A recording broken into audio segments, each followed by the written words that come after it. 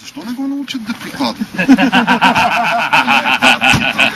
Станахме по-професионалисти от това. Не, то наистина смешно изглежда. Смешно изглежда за такива като... Смешно, колко да иска. Не трябва с бившите приятели. Като лято е. Бившите ми приятели, отиваме да гледаме някакъв филм. Нали, гледаме и тя така седи да чака. И гледаме.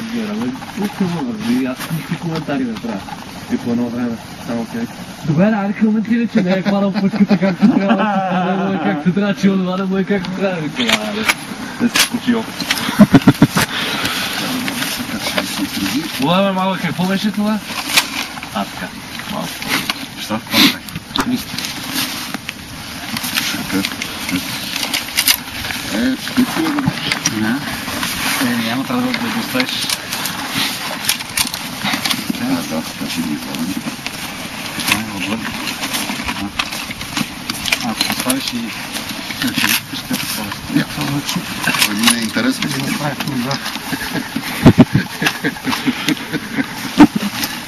Това е идеално, да успяхме от тази звук.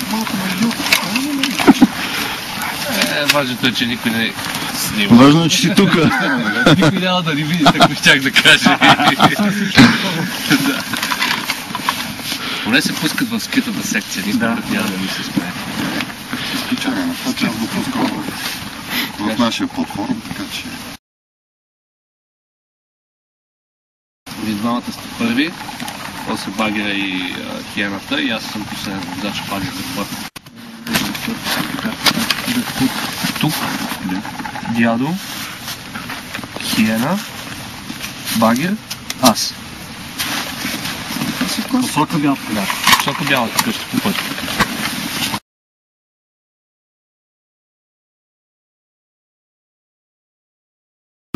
Затова какво се случва? Какъв е контакта, колко са посока приблизително, какво е разстоянието. Общо взето се е така бройка, посока, разстояние. И какво разстояние се отнася. По принцип, човека, който е най-отпред, той има най-ясна представа и затова може да даде съвет на командира. Дали, примерно, защото тогава се казва, не отваря се вляво или вдясно. И отварянето, общо взето, всички се изместват наляво или надясно. И идеята вече каква е? Човека, който е най-отпред, може да каже на командира на къде да стане този номер, защото има най-ясна представа. Или пък може да му каже да се изтегли. Мисля, идеята каква е? Вие го виждате този контакт отпред. Аз примерно съм отзад, не го виждам. Мисля, не знам за какво става дума и така нататък. Другото, което е, на бергите предишни направихме следното. Ние вървиме на две линии. Това, две линии. Така. Първата има контакт. Стрелят. А тия лягат на коляно и чакат тия да се изстрелят зад тях и контакта да се нанижи на вторите. Но по принцип ни казаха, че това е грешка. Защото реално тези първите, ти знаят какъв е контакта. Нали? Те тук, защото до сега са се стреляли с тях. Знаят какъв ти е контакт. Тия не го знаят. И те стрелят по тези и изведнъж им обръщат гъб и хупват да бягат. И те не знаят какво се случва. Какво ще правим този път? Ако сме така правим пак две линии, вървим. Тия срещат контакт. Лягат и почват да стрелят. Тези придвижват се при тях, отговарят на контакта и тогава вече се преценява какво да се прави. Тогава вече се решава дали една по двете линии да се изтеглят. Дали ще се изтеглят, дали ще остават или ще се отварят. Но идеята е първо ги подкрепяме и чак тогава решаваме какво се прави.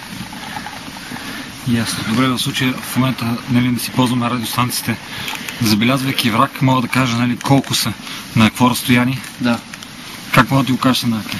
Значи, 450 метра, 30 но по принцип командир, аз няма да съм отзад, да си го грява. Да, ясно. Ще съм в случай. Казали са на втори, трети или четвърти трябва да съм някъде. Когато говорим за двойки, т.е. във втората двойка ще си някъде. Да. И друго. Значи двойките винаги сме ги движили, нали, примерно, както сега движим. Беркут и Страхо са една двойка. Само че ако не сте черен дозор, няма да сте един зад друг, а ще един зад друг. Защото реално, ако примерно вървим по един път, така, нали, две колони, и изведнъж кажем първо отделение, което примерно едната колона отваря вляво, другото вдясно и се получи едно такова разместване на двойки. Разбираш, наистина така. А като сме така, примерно, дядо е тук, бащата е тук.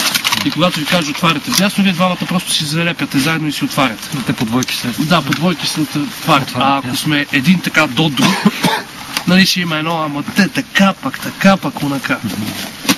Вече вика и ще се бута на пътя, докато се разбере кой на къде. Да. Другото е, сигнали, като се дават с неспрящи. Да, ясно. Да, обаче има един момент, че когато... Два пъти Примерно, тъй като върви по-близо примерно към гората и ако направи така, няма да могат да видят някой. И това приема се понякога да го правиш така. така казвам, принципно е с... Да. Другото, когато вървяхме по пътя, по принцип като имаме така от една страна вдигането. И ние, нали, един така върви и така стои, нали? Да. Ами, просто пускаме един или двама човека, които са зависимо, отгоре. които са отгоре. Ето как сега ще направим тук, нали? Като тръгнем по пътя, просто аз ще движа отстрани на вас, за да ви покривам отляво. Фактически ще си дозора, който е Да, в страничния дозор. А после, когато тръгнем на другата страна, ще се кача от другата страна, за да ви покривам пак. Значи запазваме същия ред, това ги речем осигурява гърба, аз съм страничния дозор.